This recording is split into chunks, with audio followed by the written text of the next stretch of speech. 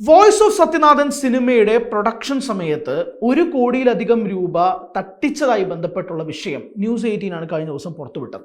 അതിൻ്റെ സഹനിർമ്മാതാവായ റോഷിത് ലാലിനെ നമ്മൾ ബന്ധപ്പെടുകയും ബാദുഷ എന്ന നിർമ്മാതാവ് തന്നിൽ നിന്നും 1 കോടി രൂപയധികം വാങ്ങിച്ചതും എഗ്രിമെന്റ് പറഞ്ഞ പ്രകാരം മുന്നോട്ട് പോകാതെയും 4 വർഷത്തോളമായി ഈ സിനിമയുമായി ബന്ധപ്പെട്ട് കൊടുത്ത പൈസ തിരിച്ചു കിട്ടാൻ പറ്റാതെ NRI സെല്ലിൽ പോയി പരാതി കൊടുക്കുകയും തുടർന്ന് അങ്ങോട്ട് പരാതികൾ മുന്നോട്ട് പോയിട്ട് പോലും ബാദുഷ കേസുമായിട്ട് മുന്നോട്ട് പോകൂ എന്ന് തന്നെ വെല്ലുവിളിച്ച് അപമാനിക്കുകയും ചെയ്തു എന്നാണ് ഈ സഹനിർമ്മാതാവായ റോഷിത് ലാൽ പറയുന്നത്.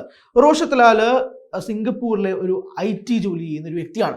അദ്ദേഹത്തിൻ്റെ ഫേസ്ബുക്ക് പോസ്റ്റിലൂടെയാണ് നമ്മൾ അദ്ദേഹത്തെ കോൺടാക്ട് ചെയ്യുന്നത്. അദ്ദേഹം പിന്നീട് പറഞ്ഞത് ഞെട്ടിപ്പിക്കുന്ന ചില വെളിപ്പെടുത്തലാണ്.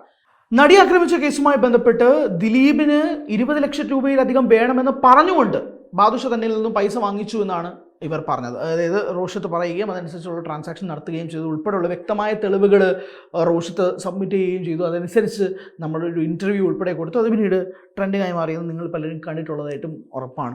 അത് കഴിഞ്ഞിട്ട് ബാദുഷയുടെ പോസ്റ്റിന് താഴെ പോയി ആളുകൾ അത് ചോദ്യം ചെയ്യുകയും ഒക്കെ ചെയ്യുന്നു.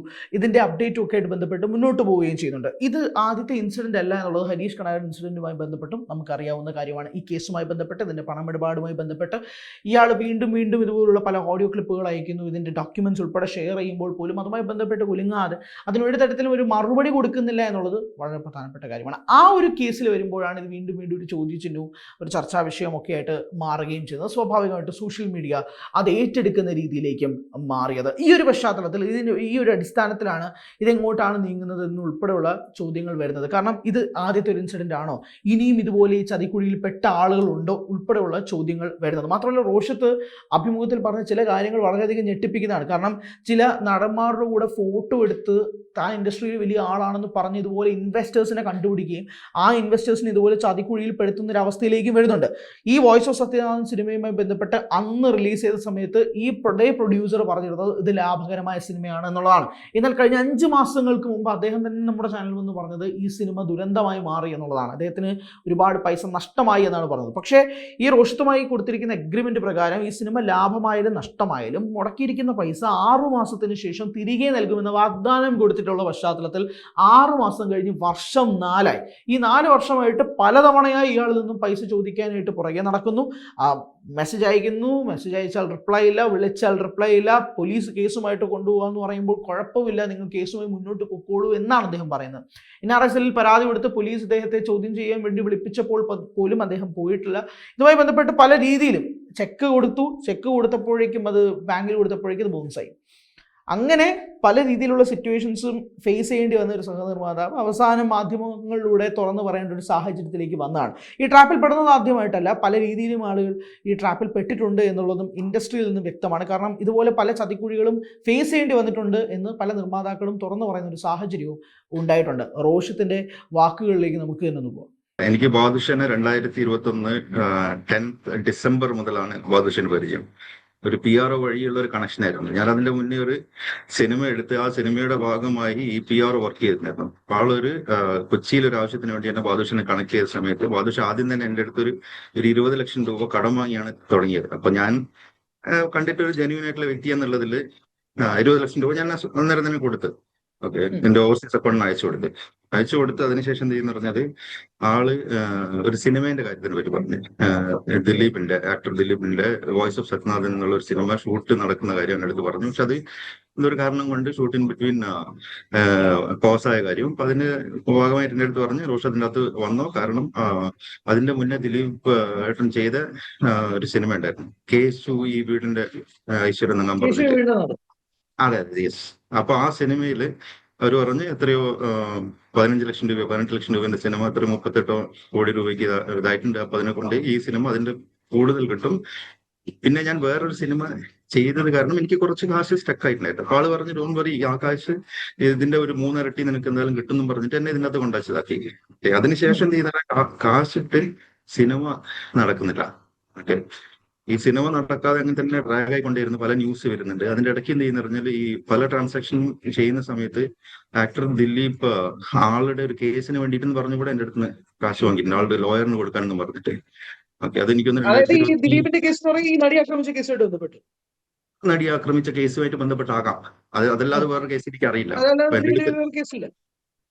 എനിക്ക് ആക്ച്വലി അതറിയില്ല. അപ്പൊ എന്റെ അടുത്ത് അങ്ങനെ ഒരു ഇതുണ്ടെന്ന് പറഞ്ഞിട്ട് ഒരു 10 ലക്ഷം രൂപ അങ്ങനെ എന്റെ അടുത്ത് നേരം വാങ്ങിയിട്ടുണ്ട്. എനിക്ക് അറിഞ്ഞൂടാ ഇനി അത് കാശ് വാങ്ങാൻ വേണ്ടി എന്റെ അടുത്ത് ഉണ്ടാക്കിയ കഥയാണോ. കാരണം ഒരു സിനിമയിൽ കാശിട്ട വ്യക്തി ഇങ്ങനെ ഒരു ഇത് കാരണം കൊണ്ട് ചിലപ്പം ഈ കേസ് വേഗത്തിൽ തീർന്നിട്ട് സിനിമ വേഗത്തിൽ നടക്കട്ടെ, അപ്പം അത് വെച്ചിട്ട് എന്റെ അടുത്ത് കള്ളം പറഞ്ഞതാവും, എനിക്കറിയില്ല അത്. പിന്നെ കാശെല്ലാം കൊടുത്ത് സിനിമ നടക്കുന്നില്ല. ഓരോ പ്രാവശ്യം ഓരോ ന്യൂസ് വരുന്ന ഇതാന്ന് അല്ലാതെ ആളൊന്നും പറയുന്നില്ല. പിന്നെ ഞാൻ അഗ്രിമെന്റ് സൈൻ ചെയ്ത് ആ സമയത്ത് എന്ത് ചെയ്യുന്ന പറഞ്ഞാല് എന്റെ അടുത്ത് പറഞ്ഞ് ഈ കാശിന് പകരം വേറൊരു കാര്യം ചെയ്യാം, വെടിക്കെട്ട് എന്ന് പറഞ്ഞ സിനിമയിൽ എന്നെ ആക്കാന്ന് പറഞ്ഞു. പക്ഷെ ആ വെടിക്കെട്ട് ഇതേമാതിരി തന്നെ ഒരു 3.5 കോടി രൂപയുടെ സിനിമ എന്ന് പറഞ്ഞിട്ട് എന്നെ അതിന്റെ അത് ഇട്ടത്. ഞാൻ വിചാരിച്ചത് 35% എന്റെ ഒരു ഷെയർ എനിക്ക് കിട്ടുമല്ലോ, അല്ലെങ്കിൽ ആ ഒരു ഞാൻ കാശ് നോക്കുകയാണെങ്കിൽ ആ ഒരു പ്രൊപ്പോർഷണൽ ടൈറ്റിലായിരുന്നു ഇട്ടത്. നോക്കുന്നേരം സിനിമ ഭയങ്കരമായി കോസ്റ്റ് കൂടി. എനിക്ക് മനസ്സിലായി ആ സിനിമ കാശ് ഒരിക്കലും റിക്കവർ ആവാൻ പോകുന്നില്ല. അപ്പോൾ ആ സമയത്ത് ബാദുഷയുടെ ഒരു പാർട്ട്ണർ ഉണ്ട്, ഷിനോയ് എന്ന് പറഞ്ഞു. ഈ ഷിനോയ് എന്റെ അടുത്ത് പറഞ്ഞ് ഷിനോയ് കുറച്ചൊരു ജെന്യൂൻ ആയിട്ടുള്ള വ്യക്തിയായിട്ട് എനിക്ക് തോന്നി. ഷിനോയുടെ അടുത്ത് പറഞ്ഞു, ബ്രോ ഒരു കാര്യം ചെയ്യും, വെടിക്കെട്ടിൽ കാശ് റിക്കവർ ചെയ്യാൻ വളരെ ടഫാണ്, എനിക്കൊണ്ട് ബ്രോ വോയിസ് ഓഫ് സത്യനാഥിൽ തന്നെ തിരിച്ചു വന്നു. അങ്ങനെ അതിനകത്ത് തിരിച്ചു വരാൻ ഇതാക്കി. ഞാൻ ഓൾറെഡി അഗ്രിമെന്റ് എന്റെ എല്ലാം വോയിസ് ഓഫ് സത്യനാഥിൽ തന്നെയായിരുന്നു.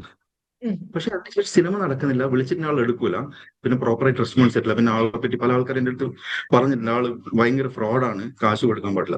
ഓൾമോസ്റ്റ് പരിചയപ്പെട്ട എല്ലാവരും അങ്ങനെ തന്നെയാണ്, ഫ്രോഡാന്ന് തന്നെ പറഞ്ഞു. ഓക്കെ, പക്ഷെ ഞാൻ അങ്ങനത്തെ ആൾക്കാരെ കാണാത്തത് കാരണം, പരിചയപ്പെടാത്തത് കാരണം ഞാൻ എന്ത് ചെയ്യുന്ന പറഞ്ഞാൽ ഞാൻ വിചാരിച്ചു ചിലപ്പോൾ മറ്റുള്ളവരങ്ങനെ പറയുന്നതായിരിക്കും എന്ന് വിശ്വസിച്ചിട്ട് ഞാൻ അടുത്ത് കാശ് കൊടുത്തു. പിന്നെ സിനിമ നടക്കുന്നില്ല. നോക്കുന്ന സമയത്ത് ആള് എല്ലാ കാര്യവും നടക്കുന്നുണ്ട്. ആള് പുതിയ കാർ വാങ്ങുന്ന, ആളുടെ ഭാര്യ പുതിയ കാർ വാങ്ങുന്നത്, ഡയമണ്ട് വാങ്ങുന്നത്. പിന്നെ അതിന്റെ ഇടയ്ക്ക് ഈ പണത്തിലൊരു വ്യക്തത വരുത്തുക. എത്രയാണ് തുക? എത്ര തുകയാണ് നിങ്ങൾ കൊടുത്ത്? അത് 1 കോടിയുടെ മുകളിൽ കൊടുത്തിട്ടുണ്ട്.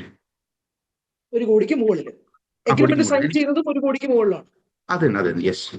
അഗ്രിമെന്റ് ചെയ്ത് 1 കോടിക്ക്. കാരണം ഞാൻ അല്ലാതെ എന്ന് പറഞ്ഞിട്ട് ആൾക്ക് ഞാൻ കുറച്ച് ട്രാൻസാക്ഷൻ ഒക്കെ ചെയ്തിട്ടുണ്ട്. അതായത് ഈ കേസ് എന്നൊക്കെ പറഞ്ഞിട്ട് അല്ല, അത് പേഴ്സണൽ ആയിട്ട്. കാരണം ഈ കേസ് എന്ന് പറഞ്ഞ് വാങ്ങുന്ന കാശ് കൂടെ സിനിമയിലേക്കാണ് ആള് ഈ അഗ്രിമെന്റ് ഇട്ടത്. എനിക്കറിയില്ല അത് സിനിമയിൽ ഇട്ടിട്ടുണ്ടോ, എവിടെയാണ് ഇട്ടെന്ന് അറിയില്ല. കാരണം ഇൻ പാരലൽ ഇവരെന്താ ചെയ്തെന്ന് പറഞ്ഞാൽ 2021 ഡിസംബറിലാണ് ഞങ്ങൾ പരിചയപ്പെടുന്നത്. ഞാൻ കൊച്ചിയിൽ പോകുന്ന സമയത്ത് ആളിന്റെ അടുത്ത് പറഞ്ഞ് പ്രിയദർശന്റെ ഒരു വീടുണ്ട്, ഡയറക്ടർ പ്രിയദർശന്റെ, ആ വീട് റോഷൻ വേണമെങ്കിൽ വാങ്ങിക്കുമെന്ന് പറഞ്ഞിട്ട് എനിക്ക് കൊച്ചിയിൽ ഒരു കലൂർ ആ ഏരിയയിൽ അങ്ങനെയാണ്. അപ്പോൾ ഞാൻ പറഞ്ഞു ആക്ച്വലി എനിക്ക് അങ്ങനത്തെ ഒരു ഒന്നെന്ന് പറഞ്ഞാൽ ഞാൻ നാട്ടിലധികം നിൽക്കാത്ത വ്യക്തിയാണ്, എനിക്ക് അങ്ങനെ ഒരു വീടിന്റെ ഒന്നും ആവശ്യമില്ല. പിന്നെ നോക്കുന്നേരം എന്ത് ചെയ്യുന്ന പറഞ്ഞാല് ഒരു കഴിഞ്ഞ വർഷമാണ് ഒരു പോസ്റ്റ് കണ്ട് ആ വീട് ആള് വാങ്ങിയിട്ടുണ്ട്. ഓക്കെ, എന്റെ ഒരു അസംഷൻ ആണ്, കാരണം ആ വീടാണ് വാങ്ങിയെന്ന് തോന്നുന്നത്. ഓക്കെ, അപ്പം അവർക്ക് വീട് വാങ്ങാനുള്ള കാശുണ്ട്, പിന്നെ സ്വർണം വാങ്ങാനുണ്ട്, ട്രിപ്സിനുണ്ട്, എല്ലാ കാര്യത്തിനും ഉണ്ട്. പക്ഷെ വാങ്ങിയ വ്യക്തിയുടെ അടുത്ത് തിരിച്ചു കൊടുക്കാൻ ഫോൺ വിളിച്ചാൽ എടുക്കില്ല. എന്റെ അടുത്ത് എല്ലാ പ്രൂഫും ഉണ്ട്. ഓക്കെ, വിളിച്ചിട്ടുണ്ടെങ്കിൽ കുറെ ഇതാക്കുന്ന സമയത്ത് ഒരു 2-3 മാസം ശേഷം വിളിക്കും. പിന്നെ ആളുടെ ഭാര്യനെ വിളിച്ച സമയത്ത് ആളുടെ ഭാര്യയും പല എക്സ്ക്യൂസസ് അത് ഇത് എന്ന് പറഞ്ഞിട്ട് ഇതാക്കണം. അപ്പൊ എനിക്ക് മനസ്സിലായി ഇതൊക്കെ വെറുതെ പറയുന്നതല്ലാണ്ട് അവർക്ക് തിരിച്ചു തരാനുള്ള ഒരു പ്ലാൻ ഇല്ല. ഇനിയും ഇതുപോലെ എത്ര പേരെന്നുള്ളൊരു ചോദ്യം ഇപ്പോഴും അവിടെ നിൽക്കുകയാണ്. തുറന്നു പറയാൻ മടിയായിട്ട് നിൽക്കുന്ന പ്രൊഡ്യൂസേഴ്സ് ഇനിയും ഉണ്ടോ എന്നുള്ള സ്വാഭാവികമായ ചോദ്യം ആളുകളുടെ ഭാഗത്തു നിന്നും സോഷ്യൽ മീഡിയയിൽ ഉയരുന്നുണ്ട്. എന്നാൽ തൻ്റെ സ്റ്റാൻഡ് വീണ്ടും വ്യക്തമാക്കുകയും തനിക്ക് ഇതുമായിട്ട് ബന്ധപ്പെട്ട് യാതൊരു വിവരവുമില്ല എന്നുള്ള അടിസ്ഥാനത്തിലാണോ ബാദുഷ എപ്പോഴും മൗനം പാലിക്കുന്നത് എന്നുള്ള ചോദ്യം ബാക്കിയാണ്. കൂടുതൽ വാർത്തകൾക്ക് News 18 Keralam YouTube channel subscribe ചെയ്യുക.